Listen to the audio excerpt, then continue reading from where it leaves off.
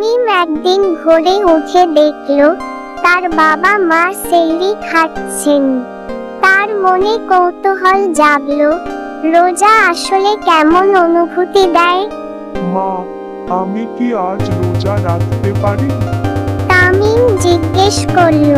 মা মৃদু, অবশ্যই, কিন্তু মনে রেখো, রোজা শুধু না খেয়ে থাকার নাম নয়।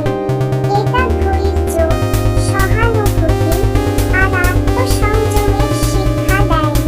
তামিম উত্তেজিত হয়ে সেহরি শেষ করল। সকালটা সহজ ছিল, কিন্তু দুপুর গড়াতেই ক্ষুধা অনুভব হতে লাগলো। মা তাকে গল্প শোনালেন। নবীজি সাল্লাল্লাহু আলাইহি ওয়াসাল্লাম কিভাবে রোজা রাখতেন, কেমন ধৈর্য ধরতেন।